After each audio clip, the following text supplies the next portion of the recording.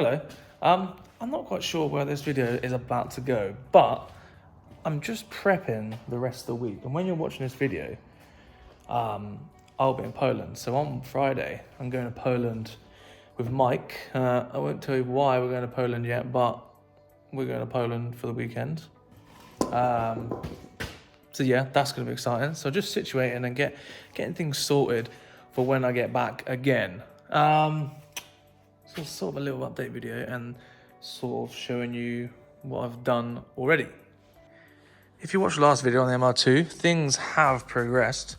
Yeah, I've put a 5mm spacer on here. It's a little bit pokier than this side now. As you can see, it's in there. So I think I'm going to put a 3mm spacer on this wheel arch. And then that should bring it back in ever so slightly to match the other side to counter for the extra wide arch that this has got. So yeah, that's good. I have driven it now. So I got everything underneath, all buttoned up, everything done up. I've actually put the anti-roll bar back on the front. I did that for one reason. I want my car to be a little bit stiffer all round, and just if you can run an anti-roll bar, which I can now. When I started doing this, I'd been the anti-roll bar, but now it's going back on because I can run it just the direction that we went and did all the camber. So that's back on. I've also put it underneath the under tray, so I'll show you. Like that. Normally, that under tray is obviously covering the anti-roll bar.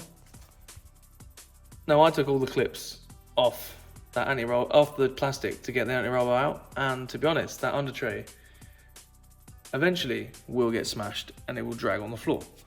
So I thought I'll just put the anti-roll bar underneath it, and then it can't smash off and fall out and drag along the floor because there's a big anti-roll bar stopping it. So that was one of the reasons I did that, and I thought that was quite handy and just makes life a little easier. And thinking further ahead in the static stance game, what's going to happen. But yeah, done that. I'm waiting for some track rod end extenders. I've ordered them. They should be here early next week. There's a gentleman on eBay that actually makes this sort of stuff, and you can sort of request what you want on there. So it was really helpful doing that. And yeah, everything seems to be working. I'm waiting for some adjuster rings on the front. For some reason, we don't have any adjuster rings. We've got this one, which is tapered. Obviously, that sits in that taper there. So we've got that one, but then we've got nothing to lock the spring. This was buttoned up all the way to here, so we didn't need that extra locking ring. So I think we're going to get another one of those soon. But yeah, that's because I wanted to raise the front up to match the rear. Now we've raised the rear a little bit. That's not the final height, it's just because it's jacked up. But the front was a lot lower. I'll send a picture in now. So yeah, once it drove and settled, it was a lot lower.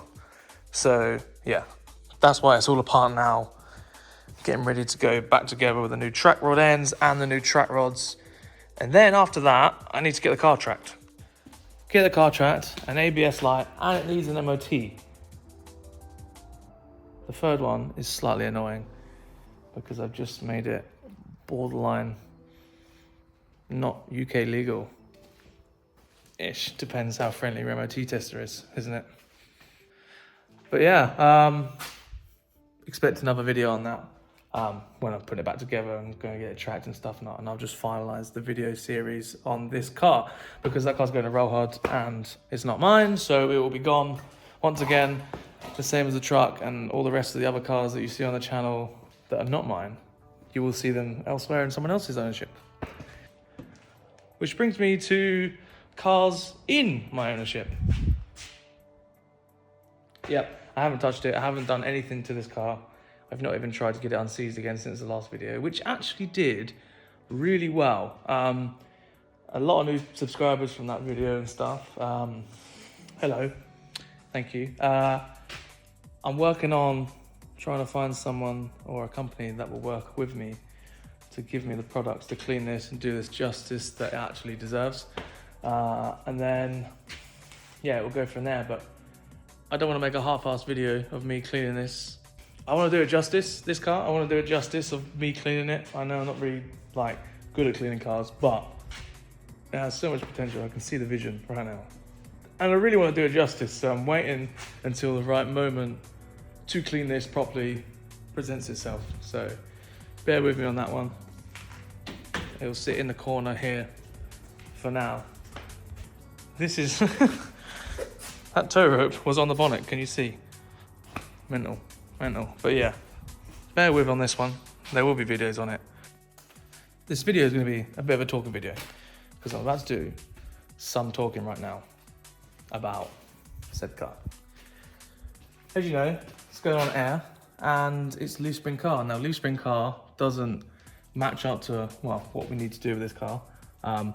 Trying to make a simple sort of like, well, not a bolting kit because I got to make it, but a simple air kit for the back of this. Now, it's not like a absolute race car. We need to like put 4 link or 5, 6, 7, 8, 10 link suspension on it. So we're keeping things simple in that aspect. And I'm gonna build a 2-link setup for the rear of here. So we're gonna come off the original leaf spring mount and that's gonna go all the way to here. And we're gonna utilize this bottom bracket here, which is a shock mount as well. And we're also gonna utilize the drop block and the U-bolts that we got here. So I've done some measuring and all sorts today. Trying to figure out every single last bit before I leave for Poland at the weekends. Hopefully next week I can get on and start doing bits and bobs to do with this car. So I've yanked this out here. Well, I say yanked, it's not actually come out at all.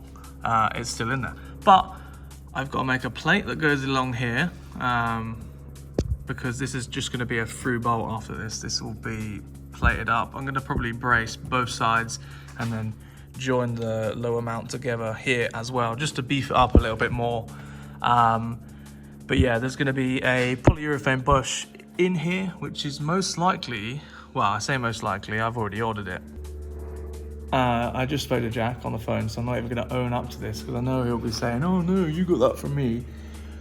Jack told me to order this because it's pretty much identical to what I actually need, and it was some bushes for poly bushes from a Hilux like leaf spring rear shackle, which is the same as like this bit here. And they come with the bushes and the bolts, and they're split in the middle, so you can cut them down to the size you need, and they're like 50mm diameter, which is exactly what we need here. So in the UK, finding stuff like that is just like non-existent. Like, it doesn't exist. If you went to America, you get those in fucking Walmart. Just go get them off the shelf. But here, no one seems to make any of that stuff, which is really annoying. So yeah, in the UK, you just have to make absolutely every single little thing and think about absolutely everything, because no one really does this sort of thing in the UK. And the demand is so little that no like aftermarket shops really sell anything like that. So you have to compromise and make things up and do lots of measurements and figure it all out. But it's gonna be good, so I'm not really bothered about that aspect of it. I'm pretty certain it's gonna be simple, sweet. And obviously, we're gonna run an air strut from the shock to the body, which obviously is a massive shock mount there. There'll be an M12 bolt going through there. Well, it's already got a stub on there, so we'll utilize that again. So yeah, there's lots of little bits and bobs needed to be done on that. And then hopefully it could just all come together really quickly and we get the bits and it all just sort of lines up perfectly. But yeah, all I've done today is lots of drawing and measurements and internet searching and sort of like everything like that. So I'll show you a little plate that I made. I lied, it's not a plate, it's a bit of cardboard. But this is gonna go here. I'm gonna get obviously the same plate on the other side, and that will be welded on there. These outer holes are not going to be there because I don't need to utilize them anymore. I'll show you what that looked like that. And then that obviously went through, and then it was nut and bolted. It was seized to the inside of the bush, so I've mushroomed over that anyway. But this is like a M10, so it's quite small for what we need anyway. We're just going to go M12, next size higher. So that's sort of situated there. Tidy that up, beef it up a little bit. Happy with that. So that's your little update on that. That's the next project after this is gone. Obviously this needs to go to roll hard, so that's sort of done. That's pretty much done anyway, until it comes back for a bit of body work and stuff. But yeah, that's sorted out. I'm pretty happy with that. And then we have this absolute machine. I've had this van for over a year now. It's actually just a piece of shit, but my mum drives it. My dad occasionally drives it. And I've had it over a year, and MOT runs out at the end of the month. So I need to give this like a birthday. Like it needs a lot. So I'm looking for wheels for this car, or van. I've got loads of bits for this car, van. And I just need to spend a couple of days like doing everything. I'm going to polybush the front, new brakes, new track rod ends, rear brakes, all that sort of stuff. Lower it. I need some wheels. Lower it, and then put all the new body panels that I got on it. So I got like straight rear doors, non-smashed bumpers, non-rusty wings, etc., etc. I got like Moret grille headlights and all sorts of stuff for this van. So I'm going to just put it all on because it's over the other unit, and every time I go in there I trip over it. So yeah, the next couple of weeks this is going to get a birthday, because Chris and Jack have told me today, when I spoke to him on the phone, that they're going to Spa in 5 weeks, which is obviously an air-cooled VW show. As great as that is, I don't have anything to drive, but I really would like to go because I've never been. And I might take that if possible. I've just tripped over a bit of wood. But yeah, I might take the van. And if I'm honest, it's so annoying driving this thing around. It is, I'll show you how bad it is. Bumper. Every time my mum drives it, it comes back like this. That's annoying.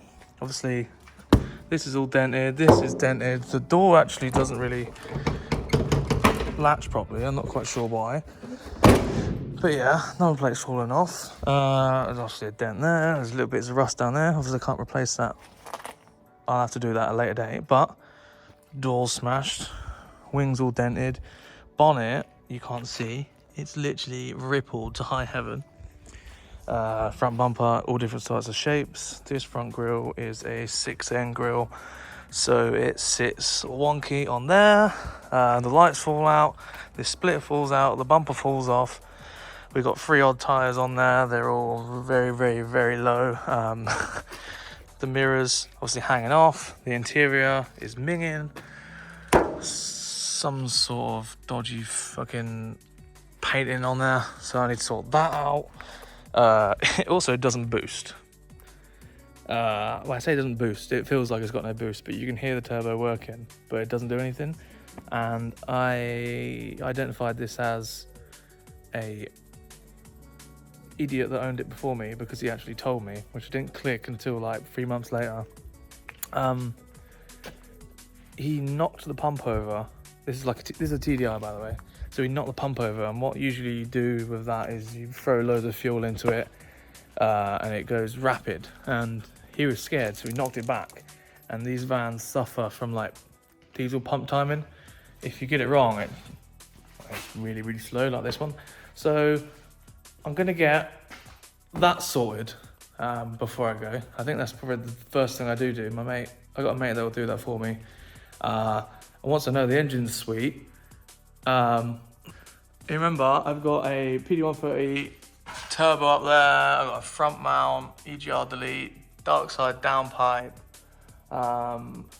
It would need a set of injectors, and it'd probably be like 140 horsepower, I'd probably say, for what stuff we've got up there. So yeah, that's good. There's also leather seats up there, rear bumper, headliner, trims for the back doors, and all sorts of stuff. I got a black dash over the road. I don't know if I'll put that in, but there's a bonnet there, and rear axle that I can redo, and everything. I've got everything for this van pretty much, apart from control arms and wheel bearings. I've got a set of upgraded front brakes here, drilled and slotted, done about 3 miles. They came on the caddy that I broke back in the day.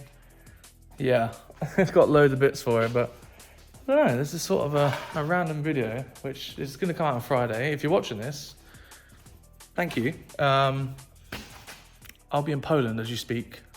I guess you'll see what's happening next week once the videos are filmed. So yeah, thanks for watching. See you later. Oh, also, 2,000 subscribers on there now. Shout out you lot. Cheers.